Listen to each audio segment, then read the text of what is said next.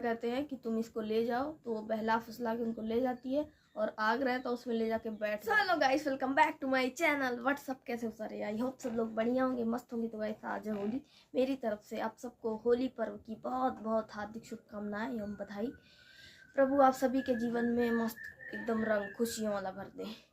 तो ये होली सिर्फ रंगों मौज मस्ती का त्यौहार नहीं है, लेकिन आज हम लोग बात करेंगे कि इसके पीछे जो सच्चाई छुपी हुई है उसके बारे में हम लोग बात करेंगे। क्योंकि ये त्यौहार सिर्फ मौज मस्ती और रंग का नहीं है, बल्कि बुराई पे अच्छाई की जीत का प्रतीक है और प्यार और एकता को बनाए रखने का प्रतीक है। तो आइए जानते हैं कि होली आखिर मनाया। तो आप लोगों ने होलिका दहन की कहानी सुनी होगी। जो होलिका थी, जो प्रहलाद को जलाने के लिए आग में बैठी थी, लेकिन हुआ ऐसा कि प्रहलाद तो बच गए और वो बेचारी जल के मर गई, और इसीलिए होली मनाई जाती है। तो ये होली हमें ये सिखाती है कि अगर हमारे अंदर अटूट विश्वास, भक्ति एवं प्रेम की भावना है तो हम कभी भी हार नहीं सकते। जैसे कि प्रहलाद थे, तो वो हमारे श्री हरि के बहुत बड़े भक्त थे। यहाँ तक कि उनके जो पिताजी थे हिरण्यकश्यप, वो तो उनको इतना मारते थे, ऐसे आपको पता है खम्भे में बांध के मारते थे उनको, लेकिन वो फिर भी श्री हरि जपते ही रहते थे। और जब मारते मारते एकदम थक गए तो फाइनली खम्बा फोड़ के प्रभु हरि निकले थे और उनको बचाए थे। और यहाँ तक कि वो बचाया तो चलो ठीक है, उससे पहले की कहानी है होलिका दहन की।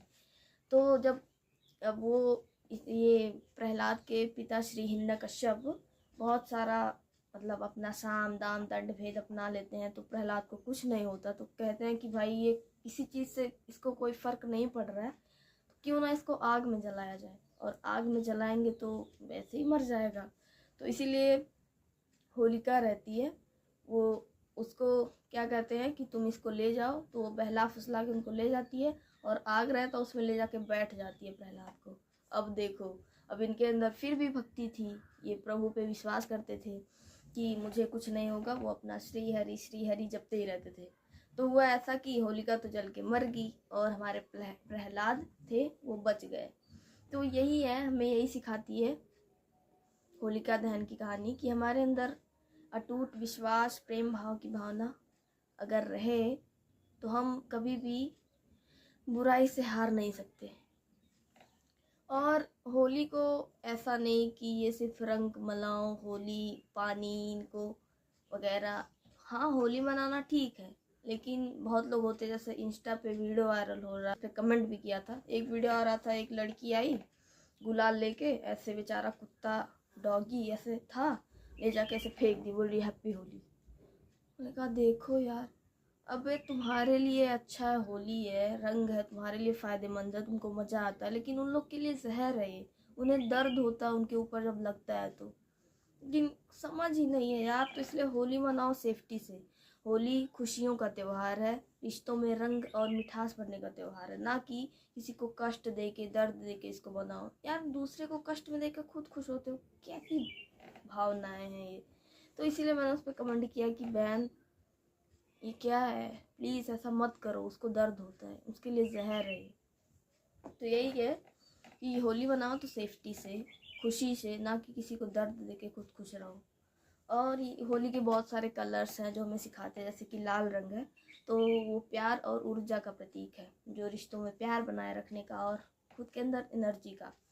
और आता है हरा रंग, तो हरा रंग है हमारा नई शुरुआत और तरक्की का। जैसे मैंने हरा रंग लगा रखा है क्योंकि नई शुरुआत है, तो पेपर के बाद तो न्यू जर्नी है ना। और पीला रंग है एकदम हैप्पीनेस और पॉजिटिविटी का, कि हम कितने सकारात्मक सोचते हैं, कितना रहते हैं। और आता है नीला रंग, तो वो है शांति और गहराई का प्रतीक, कि कोई कितना शांत रहता है। तो अगर सोचो, अगर इन सब रंगों को हम अपने दिलो दिमाग में बैठा लें और इसी के अकॉर्डिंग चले, तो ज़िंदगी कितनी खूबसूरत हो जाएगी ना, बहुत। तो यही सब बातें थी जो आप लोग के साथ शेयर करना था।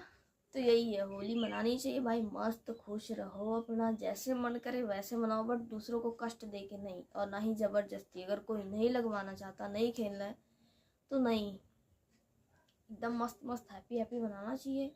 और होली हमें दूसरा चीज़, सबसे बड़ी चीज़ ये सिखाती है कि हमें रिश्तों में कड़वाहट नहीं रखनी चाहिए, क्योंकि अगर कड़वाहट बढ़ती है तो हमारे रिश्ते ख़राब होते हैं। तो इसलिए कड़वाहट को दूर करके एकदम होली में एकदम मस्त हैप्पी हैप्पी होके सारे रिश्तों में मिठास लाएं और अच्छे से मनाएं, क्योंकि जैसे जैसे होली का रंग उड़ता है ना, वैसे वैसे हमारे सारे गम भी उड़ जाते हैं।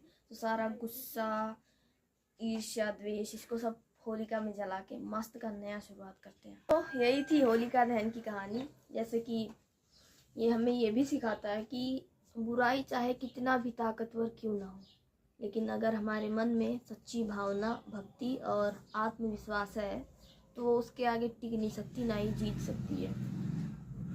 जब हर साल जब होलिका दहन होता है तो हमें खुद से प्रॉमिस करना चाहिए, वादा करना चाहिए कि ऐसा क्या चीज़ है हमारी ज़िंदगी में जो हमें आगे बढ़ने से रोक रहा है। हमारी बुराइयाँ, नफरत, घमंड सबको एकदम होलिका में जला देना चाहिए। होलिका तो वाइस मैंने सोचा, मैं तो होली खेल रखा। देखो, ज़्यादा नहीं खेला मैंने इस बार, पिछली बार तो बहुत ज़्यादा खेल ली थी, पूरा एकदम बहुत ज़्यादा खेली थी, लेकिन इस बार नहीं खेला मैंने।